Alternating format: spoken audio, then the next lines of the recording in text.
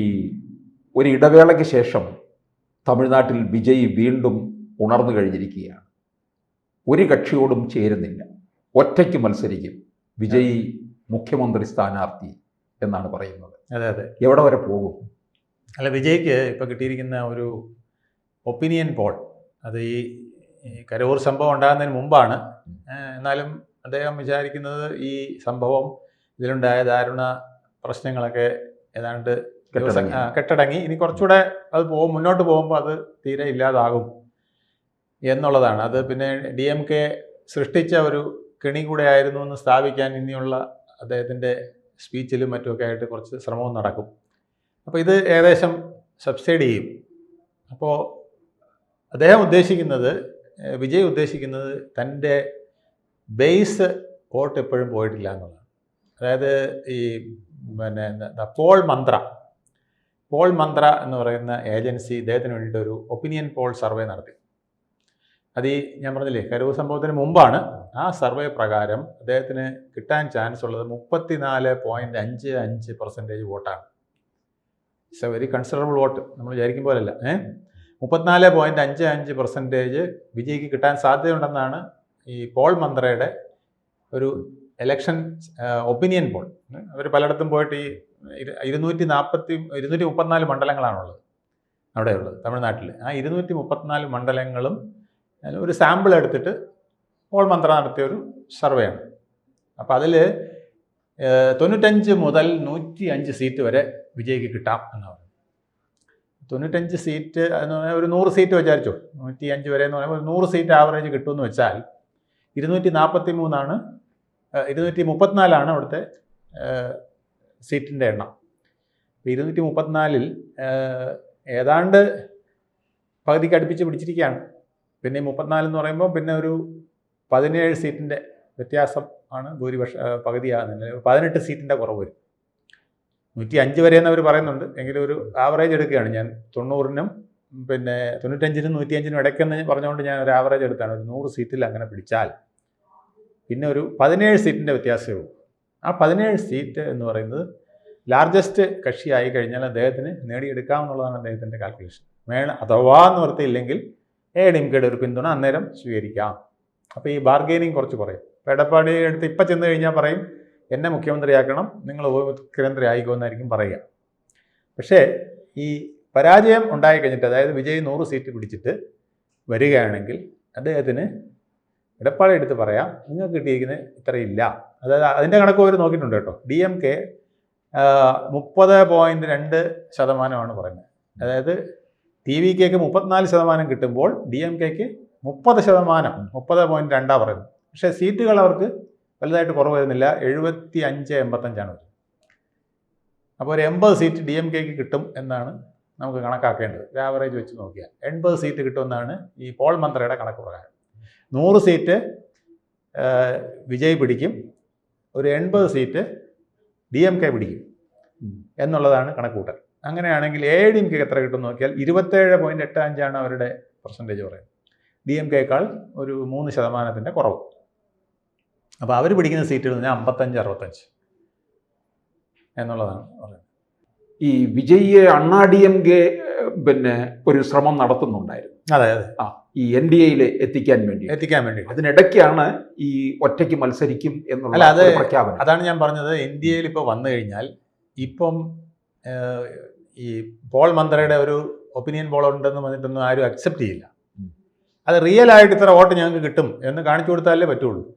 അപ്പോൾ റിയൽ ആയിട്ട് ഞങ്ങൾക്ക് 100 വോട്ട് കിട്ടും, 100 സീറ്റ് കിട്ടും എന്ന് പറയാൻ പറ്റിയാൽ അതൊരു വിജയമായിരിക്കും. അപ്പോൾ വിജയ് ഉദ്ദേശിക്കുന്ന അതാണ്, ഒറ്റയ്ക്ക് നിന്ന് 100 സീറ്റ് പിടിക്കുക. ആ 100 സീറ്റ് പിടിച്ചു കഴിഞ്ഞാൽ പിന്നെ AIADMK ആയിട്ട് വേണമെങ്കിൽ അപ്പോഴും കൂട്ടാവാം, അല്ലെങ്കിൽ ആർക്കും മന്ത്രിസഭ ഒക്കില്ല. അതുകൊണ്ട് നിങ്ങൾ ഞങ്ങളുടെ കൂടെ വാ, നിങ്ങൾക്ക് എന്തായാലും DMKയുടെ കൂടെ പോകാൻ പറ്റില്ലല്ലോ, അതുകൊണ്ട് വാ, ഞങ്ങളുടെ കൂടെ വാ, ഞാൻ മുഖ്യമന്ത്രിയാവും, കുറച്ച് പോർട്ട്ഫോളിയോ ഒക്കെ നിങ്ങൾക്കും തരാം, വേണമെങ്കിൽ എടപ്പാളിയെ അന്ന് ഉപമുഖ്യമന്ത്രിയായിട്ട് വേണേലും ഇരുത്താൻ എന്ന് പറഞ്ഞെന്നിരിക്കും, പറയാൻ പറ്റില്ല. അതാണ് വിജയ് ഇപ്പോൾ ഇടുന്ന പ്ലാൻ. പക്ഷേ കരൂർ സംഭവത്തിൽ എന്തായാലും ഒരു തിരിച്ചടി ഉണ്ടാകത്തില്ലേ? കരൂർ സംഭവത്തിൻ്റെ തിരിച്ചടി സ്വാഭാവികമായിട്ട് കുറച്ച് നാൾ നിൽക്കും. പക്ഷേ അത് തൻ്റെ പബ്ലിക് അപ്പീൽ കൊണ്ട് അത് മാറ്റിയെടുക്കാമെന്നാണ് വിജയ് വിചാരിക്കുന്നത്. അതായത് ഇപ്പം ഇതുവരെ ജനമധ്യത്തിൽ വരാൻ സാധിച്ചില്ലല്ലോ. അപ്പോൾ ആ വരാൻ സാധിക്കാത്തതിൻ്റെ കാരണം പോലും DMK ആണെന്നാണ് ഇപ്പോൾ അദ്ദേഹം ആരോപിക്കുന്നത്. ഞങ്ങൾക്ക് ഇതുവരെ പുറത്തിറങ്ങാൻ സമ്മതിക്കുന്നില്ല, ഞങ്ങൾക്ക് പ്രചരണം നടത്താൻ സമ്മതിക്കുന്നില്ല, ഞങ്ങളുടെ പരിപാടികളെ ഇവർ ഡ്രിം ചെയ്തുകൊണ്ടിരിക്കുകയാണ്. കരൂർ സംഭവം തന്നെ ശരിയായിട്ട് പറഞ്ഞാൽ DMK സൃഷ്ടിച്ച ഒരു കെണിയായിരുന്നു എന്നുള്ളതാണ് TVK ഇനി പറയാനായിട്ട് ഉദ്ദേശിക്കുന്നത്. അത് ജനങ്ങളെ ബോധ്യപ്പെടുത്തും. ജനം ബോധ്യപ്പെടുമോ എന്നുള്ളത്, അത് ബോധ്യപ്പെടുമോ എന്ന് ചോദിച്ചാൽ അത് കൺവിൻസിംഗ് ആയിട്ട് പറഞ്ഞാൽ ബോധ്യപ്പെടേണ്ടതാണ് എന്നാണ് അവരുടെ ഇപ്പോഴത്തെ അസസ്മെൻറ്റ്. അത് ആ വിധത്തിലുള്ള സ്ട്രാറ്റജികളുമായിട്ട് അവർ വരും. കാരണം അവരുദ്ദേശിച്ച സ്ഥലം ഏതായിരുന്നു, പിന്നെ അത് വന്നത് എത്രയാണ്, അതിനിടയ്ക്ക് നടന്ന കല്ലേറെന്താണ്, അവിടെ പോലീസിൻ്റെ ഇതെന്തായിരുന്നു, പവർ കട്ട് എങ്ങനെ വന്നു, ഇങ്ങനെയുള്ള കാര്യങ്ങളൊക്കെ ഇനി എക്സ്പ്ലെയിൻ ചെയ്യുമ്പം അവിടെ ഒരു തിക്കും തിരക്കും ഉണ്ടാക്കാൻ ബോധപൂർവ്വം ശ്രമം നടന്നിട്ടുണ്ടോ എന്നുള്ളത് സ്ഥാപിക്കാനായിട്ട് ശ്രമം നടത്തും. തീർച്ചയായിട്ടും ഈ റിപ്പോർട്ട് വളരെ പ്രധാനപ്പെട്ട ഘടകമാണ്. ഇപ്പോൾ എൻക്വയറി നടക്കുകയാണല്ലോ, എൻക്വയറി റിപ്പോർട്ട് ഒരു പ്രധാനപ്പെട്ട ഘടകമാണ്. എൻക്വയറി റിപ്പോർട്ടിൽ അനുകൂലമായിട്ട് എന്തെങ്കിലും വരണമെങ്കിൽ CBIയുടെ റിപ്പോർട്ടായിരിക്കണം. അപ്പോൾ അത് കേന്ദ്രവുമായിട്ട് എങ്ങനെ നിൽക്കും എന്നുള്ളതും അതിനകത്തൊരു പ്രശ്നമാണ്. ഈ സിനിമാക്കാർക്ക് എപ്പോഴും ഒരു സ്പേസ് കൊടുത്തിട്ടുള്ള ഇടമാണ് തമിഴ്നാട്. അതെ. അപ്പോൾ തീർച്ചയായിട്ടും അതാണല്ലോ ഈ പോൾ മന്ത്രയുടെ ഇലക്ഷൻ ഒപ്പീനിയൻ പോൾ കാണിക്കുന്നത്. ഇപ്പോൾ ഇതിപ്പോഴല്ല, നല്ല ഹൈപ്പിൽ നിന്നപ്പോഴാണ് കേട്ടോ. ഈ 34.55 എന്ന് പറഞ്ഞത് ശതമാനം എന്ന് പറഞ്ഞത് വിജയ് നല്ല പീക്കിൽ നിന്നപ്പോഴാണ്. ആദ്യത്തെ ഒരു പരിപാടിയോ 1-2 പരിപാടികൾ നടത്തി ആൾക്കൂട്ടം ഇങ്ങനെ കയറി നിന്നപ്പോഴാണ്. അത് കഴിഞ്ഞിട്ട് ഡ്രോപ്പായത് ഈ കരൂർ സംഭവത്തിന് ശേഷമാണ്. അതിനൊരു ശേഷം ഒരു ഒപ്പീനിയൻ സർവേ നടന്നിട്ടില്ല. പക്ഷെ എങ്ങനെ വന്നാലും പിന്നെ ഇപ്പോൾ ഇനി 100 കിട്ടുമെന്നുള്ളത് 80 എന്ന് വിചാരിച്ചോ, എന്നാൽ പോലും സ്റ്റിൽ ദർ ഈസ് സ്കോപ്പ്. കാരണം 80 സീറ്റ് ഇവർ പിടിച്ചു, AIADMK ഒരു 40 സീറ്റും പിടിച്ചു. അപ്പം തന്നെ there is A possibility of AIADMK Vijay ministry after the election. പക്ഷെ തമിഴ്നാട്ടിലൊരു ഭരണവിരുദ്ധ വികാരമുണ്ട്.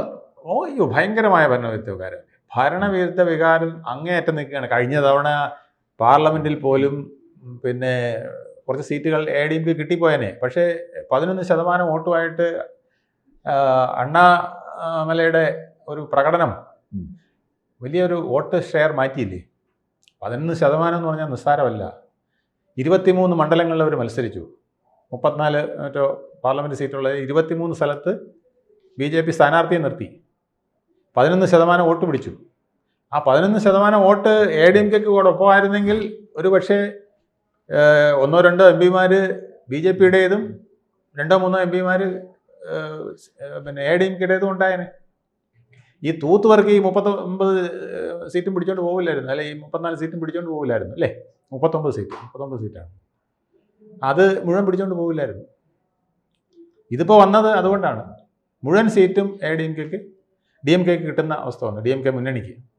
പക്ഷെ തമിഴ്നാട്ടിൽ BJPയും ശക്തമായിക്കൊണ്ടിരിക്കുന്ന വേളയിലാണ് ഈ വിജയിയുടെ ഇത്തരത്തിലൊരു പ്രഖ്യാപനം വന്ന്. അതിപ്പോൾ വേറൊരു ഈ പോൾ മന്ത്രയുടെ പോളിൽ ഇപ്പോൾ 11% കിട്ടും, 11% BJP കിട്ടില്ലെന്നാണ് പറയുന്നത് ഇനി. കാരണം അണ്ണാമല പോയപ്പോൾ ആ വോട്ടിംഗ് പെർസെൻറ്റേജ് ഡൗൺ ആയി. അണ്ണാമല പോയത് അവർക്കൊരു ദൗർബല്യമാണ്. അണ്ണാമല പോയതോടുകൂടി ഇത് 6% വരെ ആകാമെന്നാണ് പറഞ്ഞത്.